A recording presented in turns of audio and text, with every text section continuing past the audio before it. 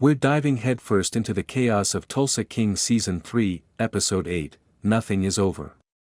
If you haven't watched it yet, pause this video right now, because we're going full spoilers.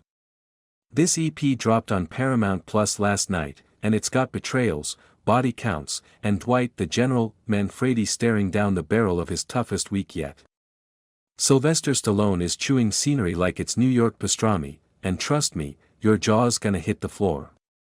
Hit that like button if you're Team Dwight, subscribe for more breakdowns, and let's roll. The loose approach to the storytelling this season is still not doing Tulsa King any favors. The notes of humor land more effectively in Bubbles, which nearly brings the series back to its Season 1 heyday. Among a variety of car scenes featuring road trips and phone calls, we discover that Special Agent Musso is holding Bevilacqua in custody for reasons yet to be explained, and Armand, who has been missing all season, is declared dead by suicide without much emotional impact. This episode really started picking up when Dwight took his meeting with Quiet Ray. After sharing a laugh about the prospect of being inducted into the Gangster Hall of Fame, Ray and Dwight were at each other's necks before Cole and his goons started firing on them. Now that Ray thinks Dwight set him up, he's proving himself to be a much bigger threat to Dwight than the increasingly dim-witted Dunmeyers, who went from burning houses down to calling health inspectors. Alright, quick rewind for context, Season 3 has been a bloodbath since that shocking opener murder. Dwight's juggling his Tulsa crew like a circus act on fire, shady deals with the feds via that snake agent Musso, fallout from last season's betrayals ripping the gang apart, and now these new wolves at the door, the Dunmeyer family. Led by the slimy Jeremiah Dunmeyer and his psycho son Cole, they're gunning for Dwight's whole operation. Remember that secret 50-year-old bourbon stash from Episode 3? Yeah, the Dunsmeyers swiped it, turning Dwight's million-dollar dream into a nightmare. By Episode 8, tensions are exploding. Dwight's back in Tulsa after a botched New York run-in, and the crew, Mitch, Tyson, Bodie, is fracturing. Tyson's still mooning over that stripper's serenity from the Dunmeyer, he asks in surprise after Dwight tells him. The bourbon maker. Then he quotes a price of $500,000, with half paid before the work gets started. Irked, Dwight goes into the bar's backroom and pulls the bills from a safe, delivering them to Deacon in a satchel. "You're not a Fed, are ya?" Deacon asks right before he leaves, then says he was just joking. Either way, Dwight is not amused. First off, a super quick recap of Episode 5, On the Rocks, because it sets up everything for Episode 6. Dwight Manfredi and his crew are finally launching their Montague distillery with that stolen, recovered, 50-year-old bourbon called the 50. The party's buzzing, Bodie and Grace nailed the PR, Bigfoot's showing off his ice sculpting skills, earning him the nickname Yeti, and even Margaret's there with Cal Thresher in tow. But of course, nothing goes smooth in Tulsa. Jeremiah Dunmeyer pulls a total power move by leaning on the Attorney General to send a corrupt inspector to shut things down. The inspector gets squished under falling barrels in a freak accident, thanks to Bigfoot's clumsiness, and now the crew's got a body to deal with. Dwight tells them to stage it as an accident for Bodie to discover in the morning.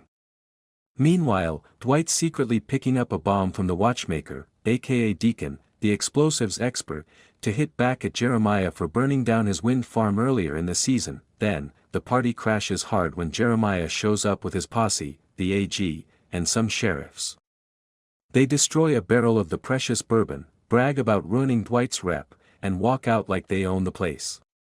Tensions peak when Bill Bevilacqua confronts Dwight about shady dealings and suspicions of betrayal. Dwight pulls a gun on him, but Bill calls his bluff and leaves, only to get swarmed and arrested by federal agents at a stoplight. Boom, episode ends on that cliffhanger. On screen, key images or text bullets of recap points. Now, what can we expect in Episode 6? Tack.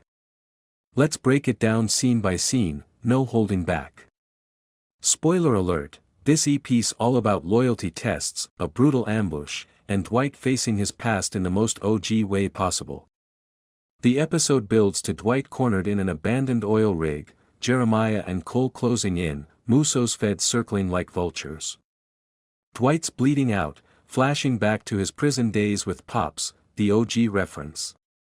He calls in a favor from an unlikely ally, Bill Brewer, who hates Jeremiah more. Boom, a hail of gunfire from Brewer's boys turns the tide. But the real gut punch? Tina walks in on Dwight mid-deal, gun in hand, and whispers, "It's over." Does she pull the trigger? Trailer cuts to black on her finger trembling. She doesn't shoot, it's a fake-out to force Dwight legit. But Cole escapes, setting up episode 4's manhunt. This ending screams, family first, forcing the general to evolve or die. Jeremiah made it clear in the premiere that he was going to be an obstacle, burning down Theo's country manse, with him in it, as revenge for selling his distillery to Dwight. And in the true manner of someone used to having things their way, Jeremiah isn't subtle about who was to blame. His goons brag about it in public. He and Cole show up at Theo's funeral. The whole thing's a theatrical message to Dwight, a way to compel him to take the money, 3 times what he paid, that Jeremiah is offering for the distillery. But Dwight doesn't take kindly to threats, and he's no fool either. If Jeremiah is offering that much for a distillery that hasn't turned a profit in years, there has to be a reason. The clue's in the title, The 50. Cleo reveals that Theo was sitting on a batch of 5-decade-old vintage bourbon that can fill 250 bottles at thousands of dollars a pop. Jeremiah knew it existed, but not where. It's the profit payload that Dwight needs to justify the risks associated with the booze business, and it's a compelling enough fortune to sway Bill to get in on the action to help with distribution. Even Cal Thresher, now a gubernatorial candidate, is reluctantly in Dwight's pocket, there to smooth over any complications with a few political favors should the need arise. That it feels like a win, but is it really? Tulsa King Season 3, Episode 2 reintroduces all of these key players but makes it very clear that they can't be relied upon. Bill is still on conspiratorial terms with Vince back in New York, whose takeover of the Invernizzi family seems to have backfired, and Cal would just as soon have Dwight killed as work with him. And everyone seems to know that Jeremiah means business.